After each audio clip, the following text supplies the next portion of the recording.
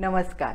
शरयूज किचनमध्ये तुम्हा सगळ्यांचं स्वागत आहे. शरयूज किचनमध्ये आता आपण रव्याचा केक बघितला, पिस्त्याचे बिस्किट्स बघितले, तर मुलांसाठी आणखीन एक खादाडखाऊ पदार्थ म्हणजे नानकटाई. तर नानकटाई ही मुलांना आवडते, तर ती आपण थोडी हेल्दी बनवायचा प्रयत्न करूया. तर आज आपण जी नानकटाई बघणार आहोत ती म्हणजे नाचणीची नानकटाई. त्यासाठी काय काय घटक पदार्थ लागणार आहे ते आपण बघूया.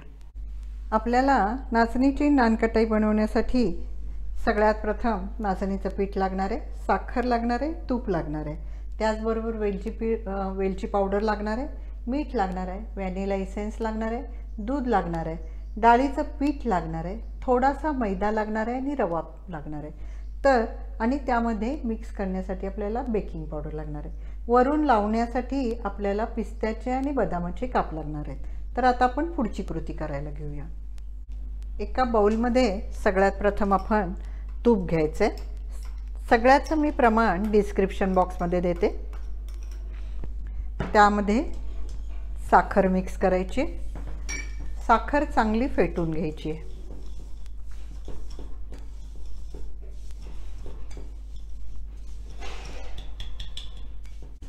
आपलं साखर आणि तूप असं चांगलं हलकं व्हायला पाहिजे.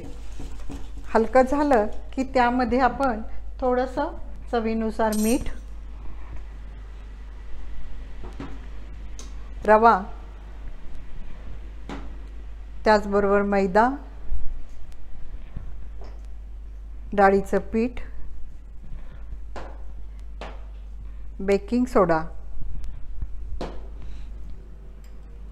वेलची पावडर आणि व्हॅनिला इसेन्स घालून सगळं एकसारखं हलवून घ्यायचं आहे.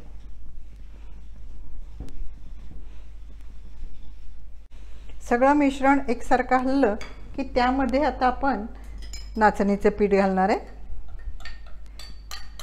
आणि दूध घालणार आहोत. दूध लागेल तसं हळूहळू घालून त्याचा गोळा बनवायचा आहे आपल्याला.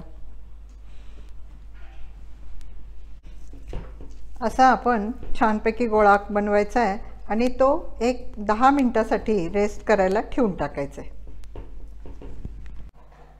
भिजलेल्या पिठाचा गोळा घेऊन अशी आपण नानकटाई बनवून घ्यायची.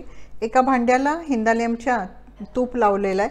त्या नानकटाईवर बदामाचे काप आणि पिस्त्याचे काप लावायचे आणि अशी सगळी नानकटाई करून घेऊन भाजायला ठेवायची.